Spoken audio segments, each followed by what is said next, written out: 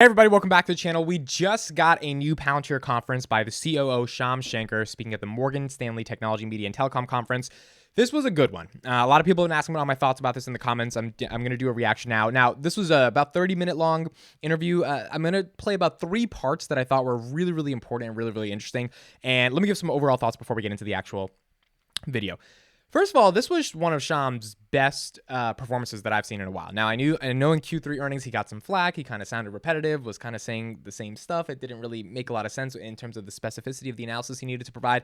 In this one, it was a lot more specific, a lot more detailed, a lot more answered. He didn't sound like he was trying to be super preachy or anything. He just answered the questions in the best way that he could. And the analyst at this conference that actually upgraded the price target from $11 to $16, he's the same analyst that was interviewing him at the actual conference. And his upgrade ultimately came from the governmental business, really him seeing that the governmental business was going to grow exponentially, and him seeing that Palantir was sort of the main tech stack that the government was going to be able to use to build platforms on top of Foundry. So it was a really, really interesting conversation that they had together. And it also was interesting because Kathy's and Ark's thesis on selling out of Palantir was primarily rooted in this idea that the governmental business is declining. And they also said, right, in risk-off periods, they want to allocate more capital to their highest conviction stocks, which is fine. But I think like the reiterated reason that they have constantly been putting out through newsletters or through interviews that the government deacceleration is happening. There are private competitors, and they see the government being a more multi-sourced vendor, which means Palantir is not going to get as many contracts. This interview seems to say that's not the case. The government just passed a new spending bill. Around $737 billion is dedicated towards defense spending. I assume, and based off after listening to this, I kind of slept like a baby last night because I was like, it seems like they're going to get a lot of it. It seems like Shyam and Palantir are very, very confident that the work they're doing in the government is going to be pretty good. So shout out to Palantir Vision, who did a super cut of this. I'll leave his channel in the description. We're going to listen to a couple of parts. We're going to listen to the SPACs analysis because a lot of SPAC FUD has been going on, and I want to talk about that. Then we're going to listen to the governmental business stuff, and then we're going to listen to the evolution of Gotham and ultimately what has happened. So let's take a listen, and I will be talking with my thoughts while we are listening to it. So the first part is the SPACs. Done nearly $400 million in strategic investments this year, and a lot through SPACs, and those strategic investments contributing nearly $50 million in revenues. And trying to understand sort of the vision and the philosophy behind that. And from a high-level view, it doesn't seem too different from when we hear Snowflake Ventures and they want to sort of invest in early-stage companies to build upon their platform. Or I was talking to Databricks today, and they have a similar kind of initiative going forward. Is that the similar ilk in terms of what you guys are trying to do with these strategic investments? Yeah. So notice he says that, look, Databricks and Snowflake, which are some of the competitors against Palantir, are pretty much doing the same thing, right? From a venture-based perspective, allocating money and having those companies use their platform. Shyam takes it a little bit deeper and says why ultimately they're working with SPACs. Let's talk about what is strategic about this strategic investment program. And so I think the business, the aspiration, like what is the highest potential use of Foundry? And I think it's application development infrastructure. It should be where you go to build the applications of the future, not AWS, not Azure. Like these things are great and they're fine and they work, but they're rather highly unopinionated. If you're going to go build something like Skywise, which is the aviation ecosystem that Airbus built on top of Foundry, it has 160 airlines that run their operations on this software. It's integrated with their top 15 suppliers, and it generates over $3 billion worth of value for them a year. So look at that. He explicitly says it's not AWS or Azure. It's Foundry as an application development infrastructure. What does that mean in plain terms? That means if you're a company, if you're a business, if you're an ecosystem, if you're an organization that's trying to innovate and build products on top of a platform, it shouldn't be AWS or Azure, which are basically cloud computing platforms.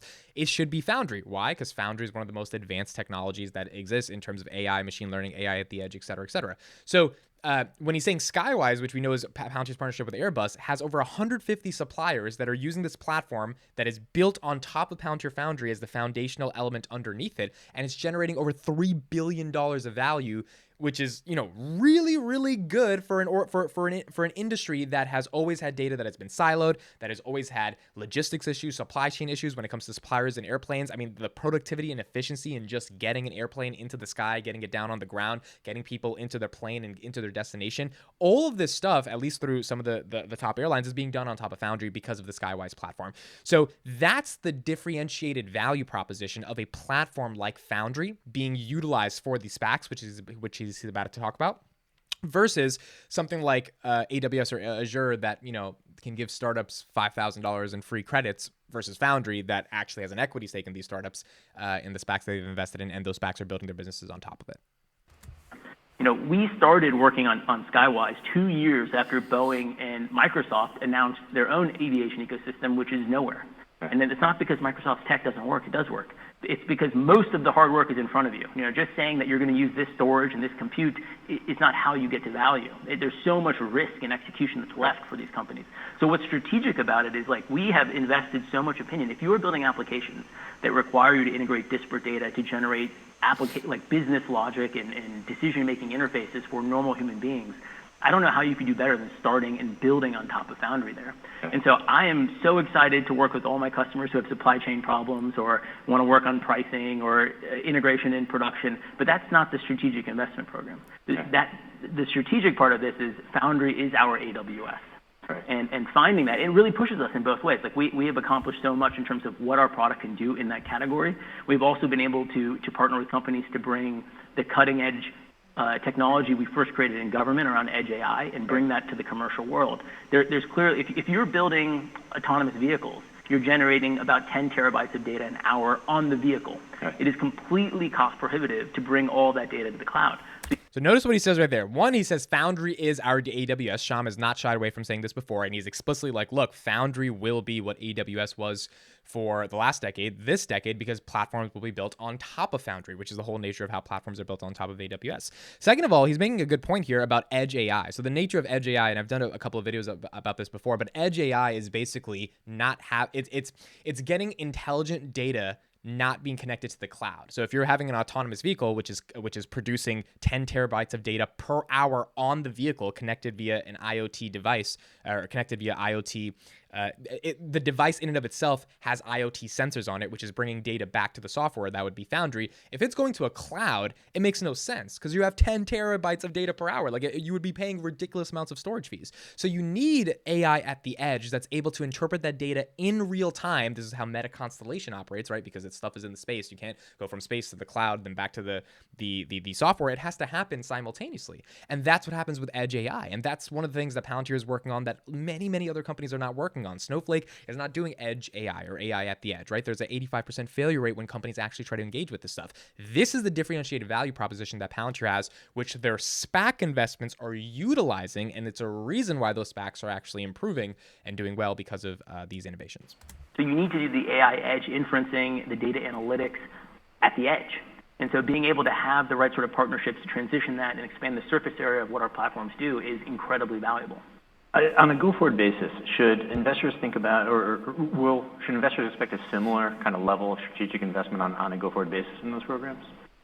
So here he's about to answer if the SPACs are going to increase or decrease in terms of the level of investment they're going to be doing. I think we're still going to do strategic things. I'm not the SPAC market doesn't exist anymore. It's going to manifest in different ways and won't always involve putting capital to work in quite the same way. Right. But we're deeply committed to being the infrastructure that people build their business on top of. And that will manifest in many ways. I think you should expect the SPAC program to basically peak now. Of the 30 some odd customers we added in Q4, 0 were SPACs. Right. So that's an interesting, right? Thing that I think we all kind of knew that, but out of the 30 customers they added, and I think it was 34 in Q4, Palantir had 0 SPACs, which is great. That means they didn't have to buy revenue essentially by investing in any of those SPACs.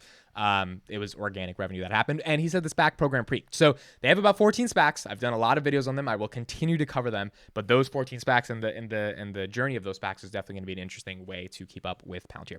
All right, let's move on to the governmental business. Now, the governmental business has been basically destroyed by the likes of Cathie Wood, destroyed from a narrative perspective in terms of, the government business is declining, there's private competitors, this, and that. Let's hear what Shyam really has to say about what's going on in the government ecosystem. The government side of the equation is one that I've always been very optimistic about and very positive on. And I think, to a certain extent, I think investors overlook your positioning there, right? Can you talk to us about almost like the concept of lighthouse accounts and how that occurs in the federal government, particularly the U.S. federal government, and sort of the permission it gives you to sort of spread out into additional agencies and do more Yeah, you have this interesting dynamic in government where, I think in the commercial world, largely it's all competitive. Yeah.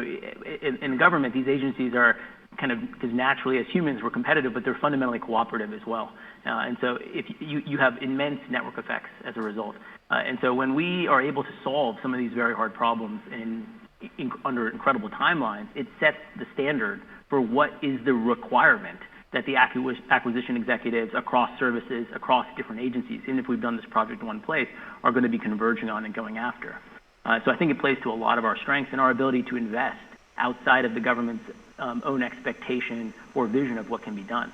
And I think we seize those opportunities really well. If you look at how much product that we've created since the listing, we have our Edge AI capability, which did not exist at the listing. That's going to be launched into a hardware bus of a satellite this month. So let's talk about that real quick. Number one, he's saying in commercial sense, it's more competitive, right? Commercial being like, it's cutthroat competition. You got to beat them to be able to get the client. In government, it's not as competitive because you're trying to build on top of each other, right? So it's like, yes, you're competing for deals, but more so when you're working with the government, you're trying to be a friend with the government and show them how you could benefit a lot of their services based upon the product that you're selling. The Edge AI software that he's also mentioning right now, that was not part of the DPO when they went public back in October 2020 or September 2020. Now it's part of the offering, right? So they have an entirely new product that was not part of the value proposition of Palantir when they DPO, trading at almost the same prices from a stock perspective as it was in September 2020, but with a whole new product and with $1.5 billion more in revenue, right? So that's one of the things he's going to stress about how this Edge AI product can actually implement businesses, or governments, which again is differentiated from all the other companies companies that try to sell products to the government. Space. The work that we've done with MetaConstellation, we were really, obviously we had no knowledge of what's going on in Ukraine, but it is being used in anger by multiple Western allied services to really observe and take space from an intelligence domain where you're looking at what's happening every week to how can I use this in a real-time decision-making sort of basis? How do I pair the imagery I'm getting from space with my AI models to drive my common operating picture? How does that feed into Gotham in terms of how I'm then running operations? So it's been really exciting to see that. And we've also seen a lot of acceleration based on these sorts of exogenous events. The work that we did with CD2, that Army program was designed for a land war with Russia. And when the moment came, it was ready to be used. Like, okay, where can these tanks go? What's the restricted terrain? Based on the elevation? What's navigable? How long will it take them to get there? How do we help plan around these things?